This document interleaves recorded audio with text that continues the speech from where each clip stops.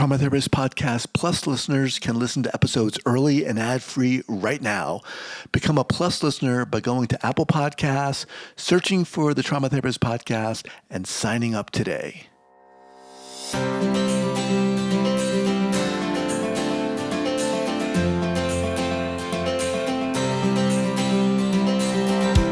All right, welcome back to the Trauma Therapist Podcast. My name is Guy McPherson.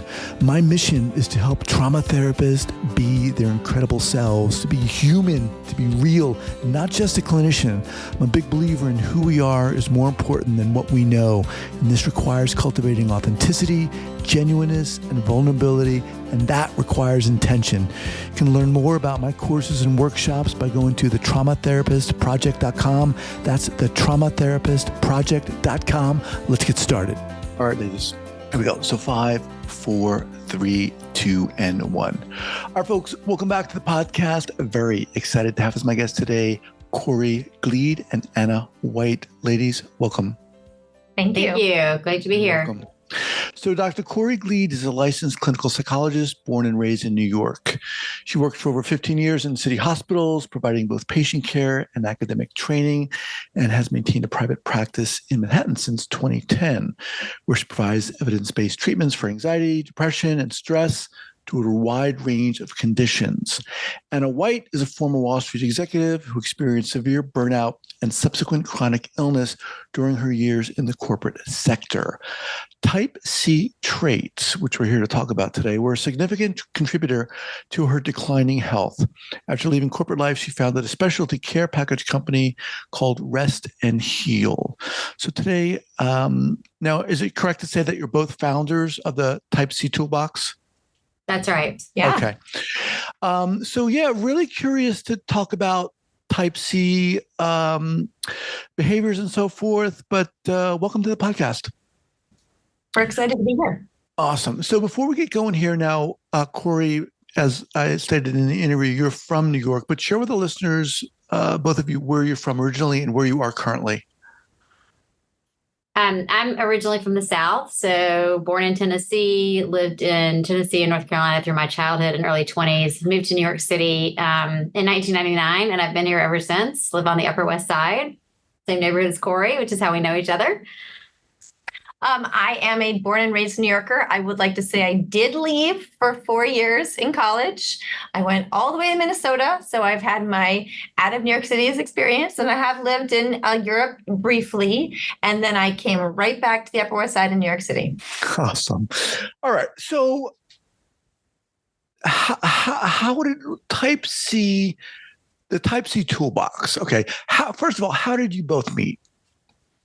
Well, our children are elementary school classmates. So we met when they were in kindergarten together. And now they're in 9th grade. So It's been a long time. It's been a long time. It's been a long time. And the way this whole thing sort of came together was I was reading this book about cancer, and there was this little section in the book around Type C as it relates to cancer. And when I read the list of what Type C means, it just resonated with me at the highest level. So Type C traits are people who are excessively nice, hate letting other people down, carry the weight of the world on their shoulders, can't bear the thought of disappointing anyone, feel really, really, really guilty when we say no, we can't set boundaries. We go to extreme lengths to avoid conflict. People pleasers.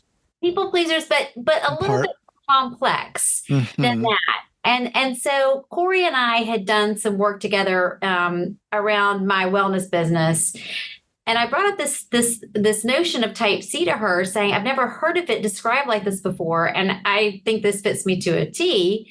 And we were having dinner one night. Right. We were having dinner one night on the Upper West Side at a very yummy new Malaysian restaurant. And Anna and I had done this work together before, talking about health and wellness. And I was kind of itching to do something more. And Anna described this Type C. And I was like, wow, a lot of my patients really struggle with that. I had never heard of Type C before, but that's something that I regularly see and regularly talk to people about.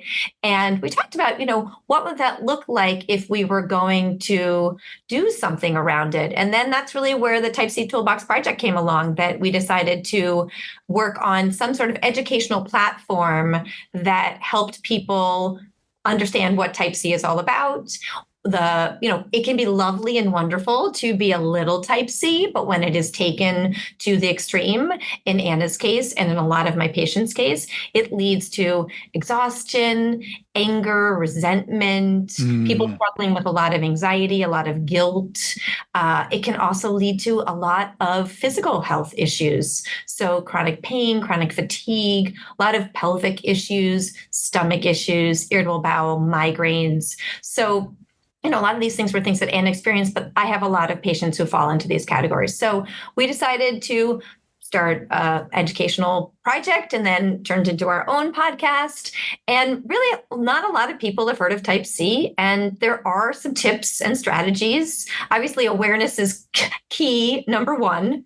But then there are things that you can do that are not easy, but there are things that you can work on to make changes so that you don't have the same types of health and illness issues that many people fall into the category, unfortunately, when you're really suffering.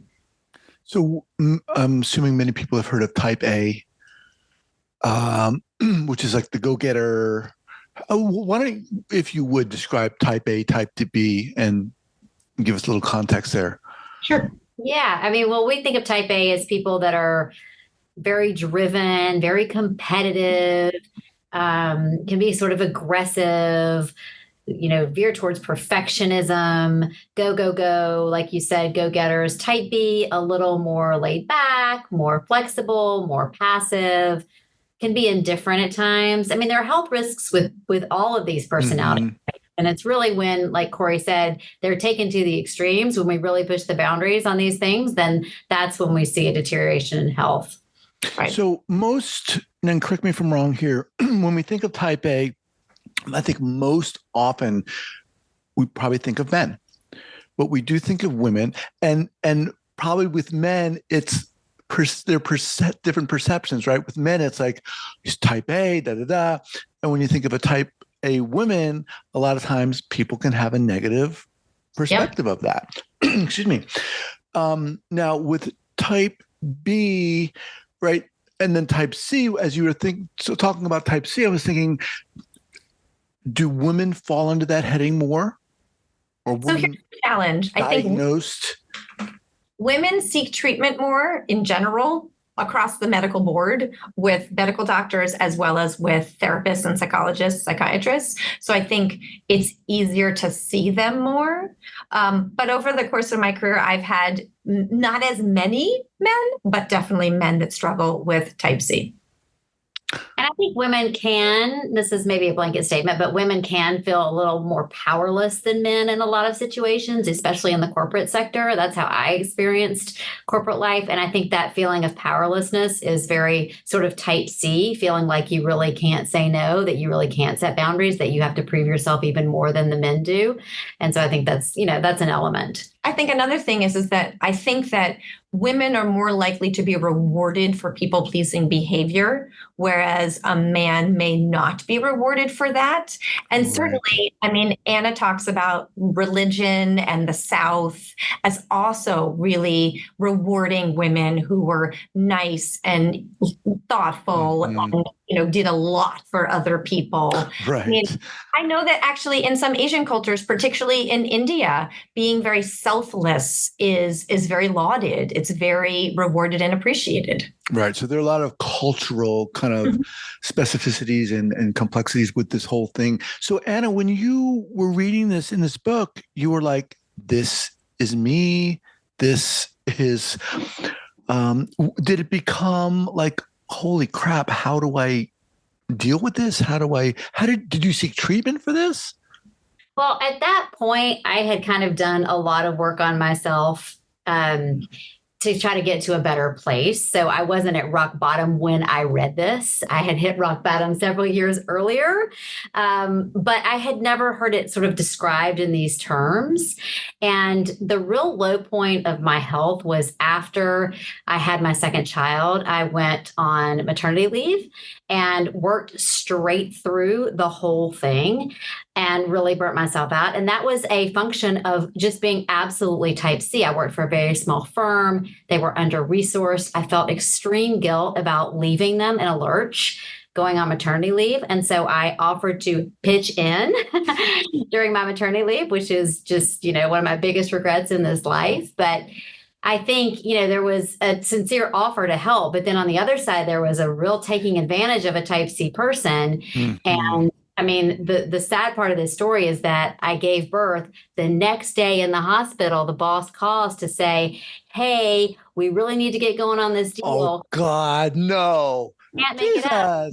Can you get these investor letters out? And, Type C people default to yes, that's what we do. We don't even stop to think about it. If somebody needs us, we can't disappoint them. We can't let them down. We say, yes, I'm there for you.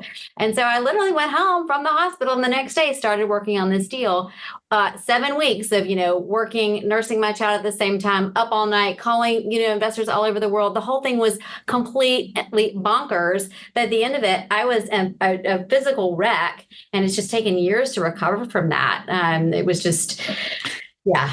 Listening to you, first of all, thank you for sharing that. But listening to you say that, I'm thinking, I can identify, parts of me can identify. And I know a lot of people listening can identify with that too. And people listening are probably going, just as I am, like, how crazy is that? But a lot of us do it. So how do you address this? How do you fix this? Well, let me actually just jump in one sec, because I was going to say that one of the really interesting things that when Anna and I first met, a couple of years ago on the Upper West Side at our little dinner, I thought, oh, wow, this is so interesting. I see this in a lot of my patients, right?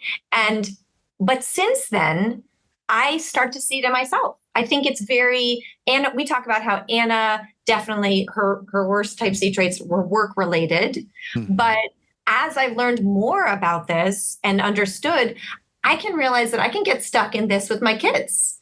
And so the first part is awareness. So the first part is recognizing that there may be some sort of rules that you have for yourself that you're not really aware of. So many people with Type C have grown up in households that either there was some sort of trauma, or there was, some sort of abuse or excessive mental illness, or sometimes perfectionism or criticism. But there was some reason or environmental factors that led to someone thinking either my needs are lesser, or it's safer or more helpful if I just, make things make people happy, make sure that people are taken care of.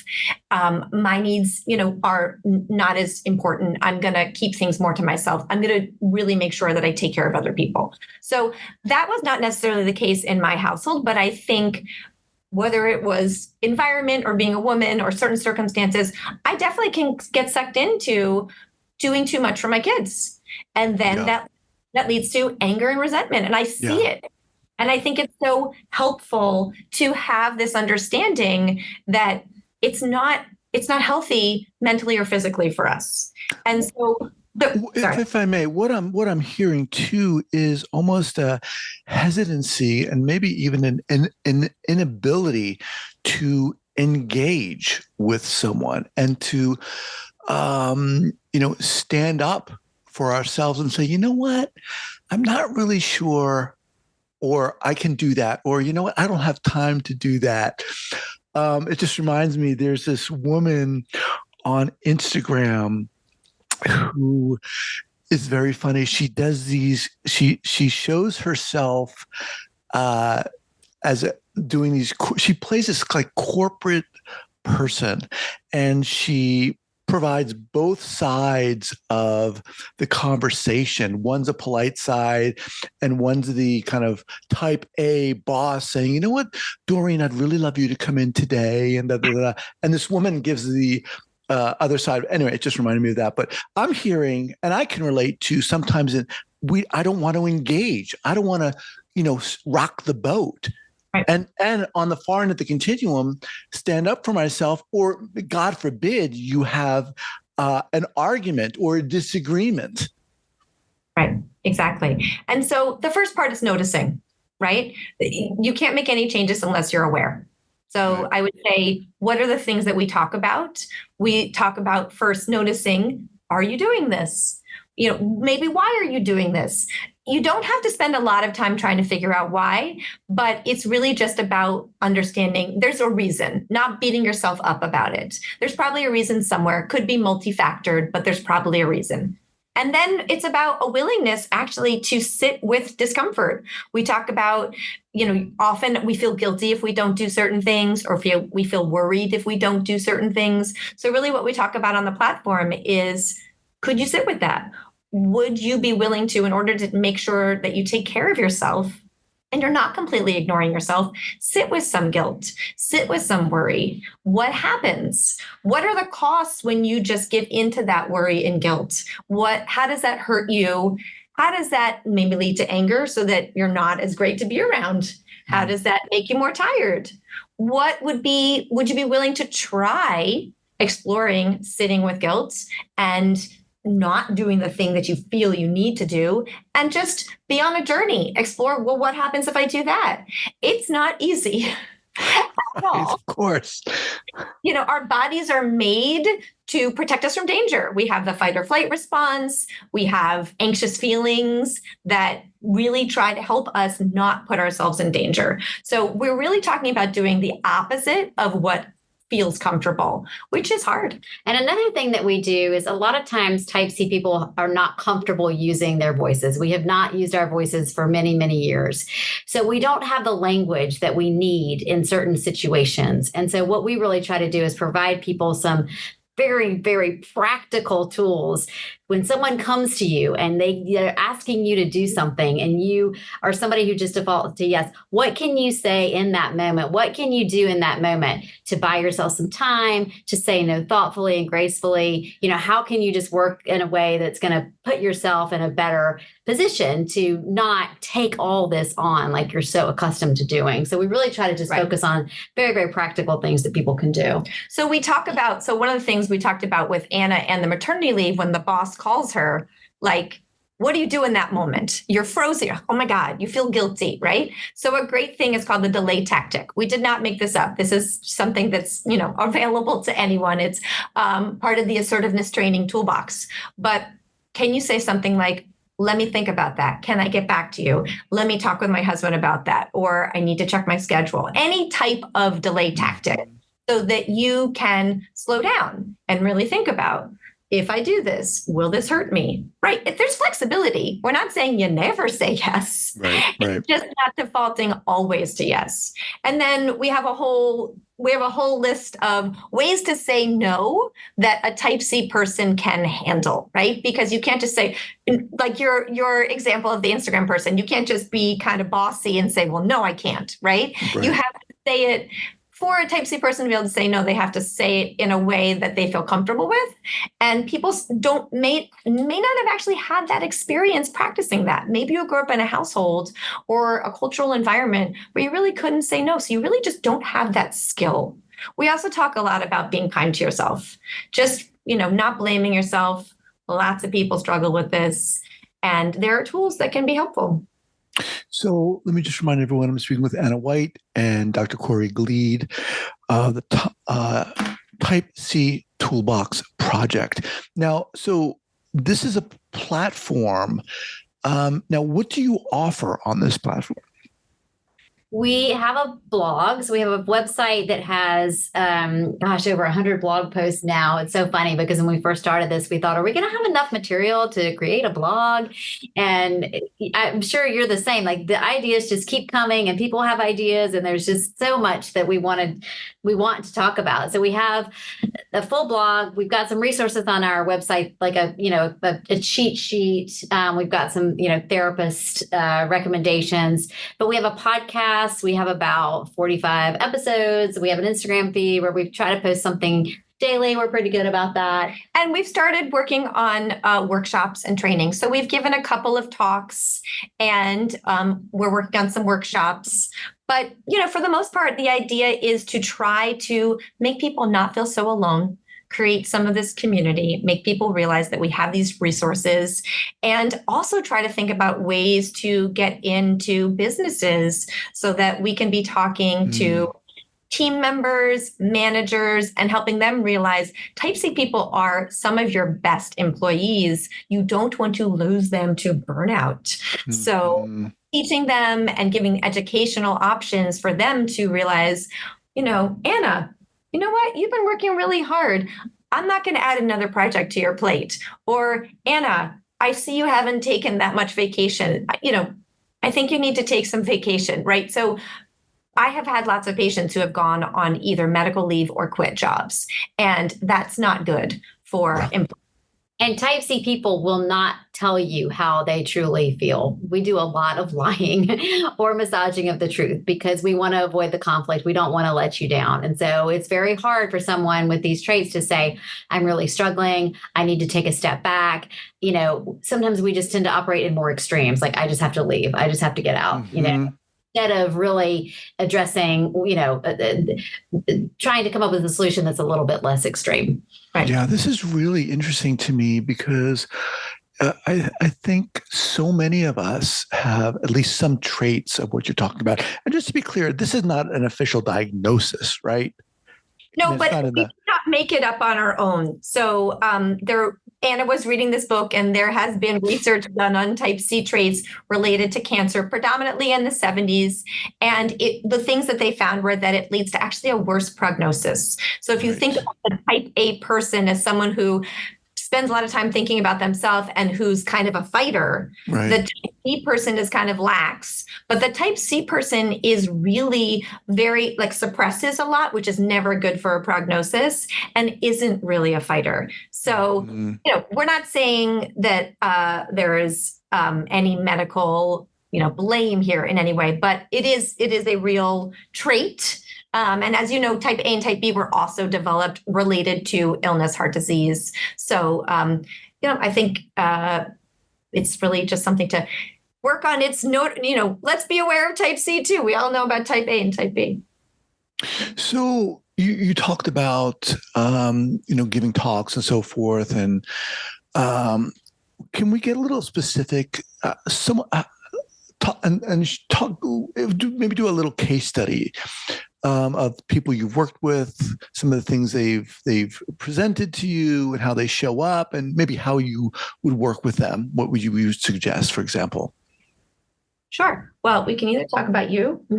Sure, we can talk about me. Do you want to give another one of your examples? Oh my gosh, there's so many. I don't even know. Mistakes one. That's a good one. Yeah. Okay. Yeah. Well. So this is what we talk about on the blog. So on the website, each entry has to do with sort of a specific Type C situation that people struggle with. And then we go over the tools that you can use. So we've got a lot of these, but let's do making mistakes is the big one. Making mistakes is the big one. I was also just thinking about my history of not being able to unplug or take vacations. Mm-hmm. I think this is a very Type C thing to do. So I had a boss once upon a time who just kind of frowned on vacation, but the company itself didn't frown on vacation. And so I really internalized that and didn't want to let the team down, didn't want to let her down. And so, I took a lot less vacation than I could have or should have. I needed it. And just this boundaryless sort of going into the evening, checking emails all through the evening up until bedtime, first thing in the morning, checking emails, responding, not just checking, but responding. And, I think, companies like that. They love people that are sort of giving that much of themselves. But at the end of the day, that's not a really healthy thing to do. And so, And why, Anna, did you do that? Because why? It's just this pathological need to be available to people, to not disappoint them, to not let them down. There's also this element of Type C, which is kind of painful to talk about, but where you feel a little bit lesser than everyone else. And so you're feeling like you really need to prove yourself that much more. And maybe that comes from whatever happened as a child, but somewhere along the way, you got the message that your needs were not as important as other people's needs. So there's a real prioritization of everyone else over yourself. And, for me, it was just default autopilot. I didn't even question like this behavior. I just did it because it was pathological. I needed to make sure that people knew that they could count on me, they could rely on me, and that I was there for them.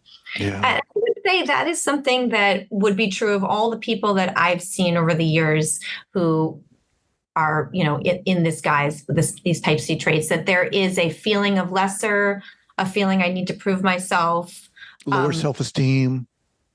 Yeah, it's not, I would say it comes more, surprisingly, people can think they're really good at their jobs, but it's not as obvious as low self-esteem. They're not sort of people you think of as that way. They're people who can be very successful, but underneath that, if you ask them, they will say, so again, it's a facade.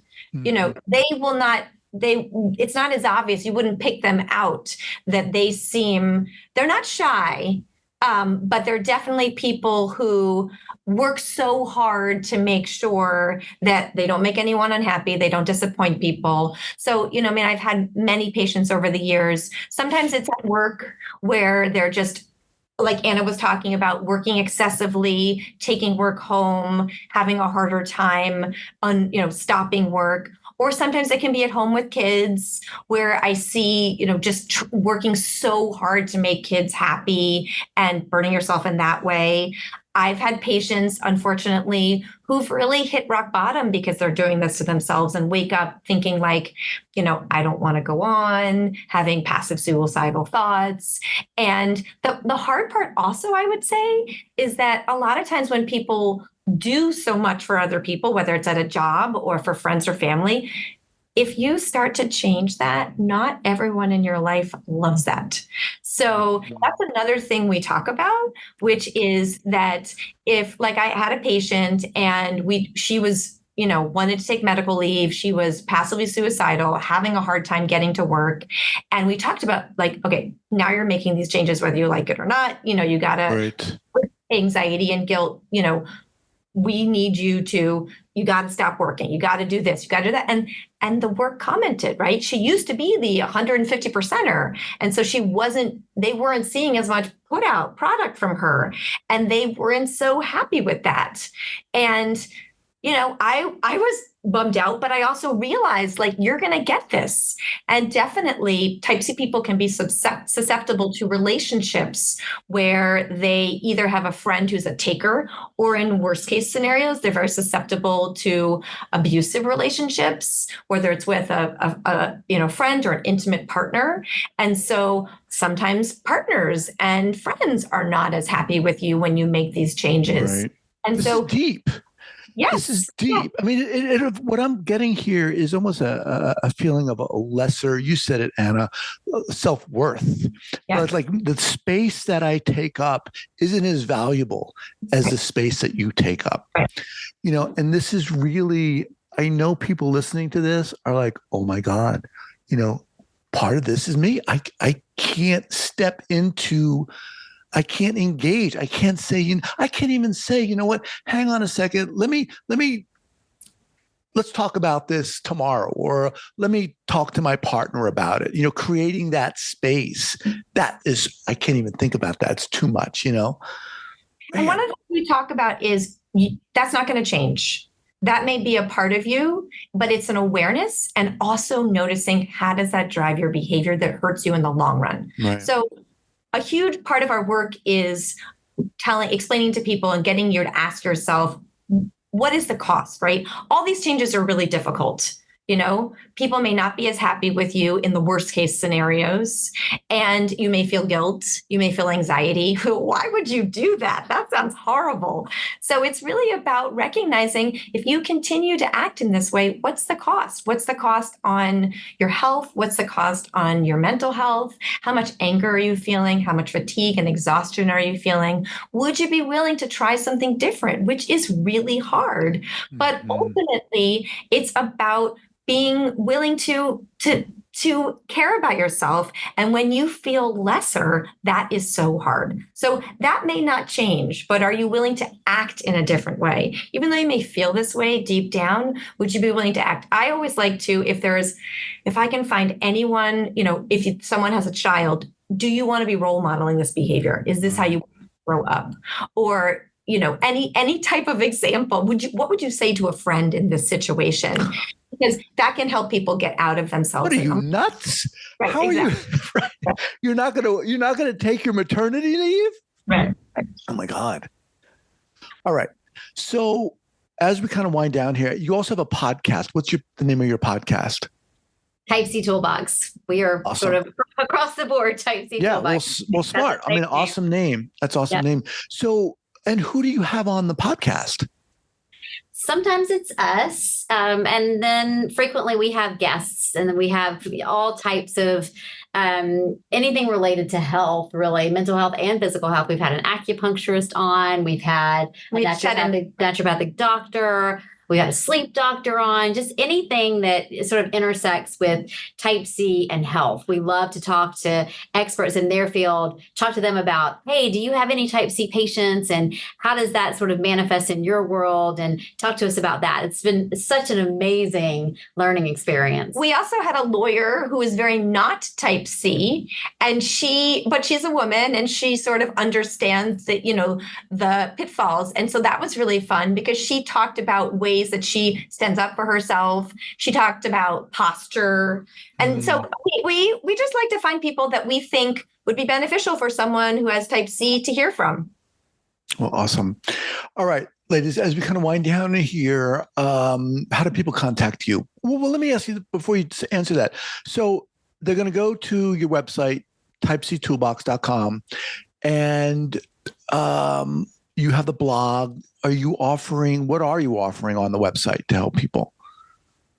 So we've got the blog, which is about 100 posts. We've got some resources. We've got a cheat sheet of all of our strategies so that it's like a little handy dandy, like 1-page reference of like, here's all, so you don't have to dig through the blog, but here's like the 10 things that you need to think about strategy wise. We're working on a book. So we are actively collecting stories from Type C people. We've done 7 or 8 interviews now, and the stories that we're getting are just so incredibly powerful. And we're always looking for more if anybody's interested in that. So that's on our website, a contact. So if anyone listens to the podcast and is interested in contacting us, you can either contact us on our website.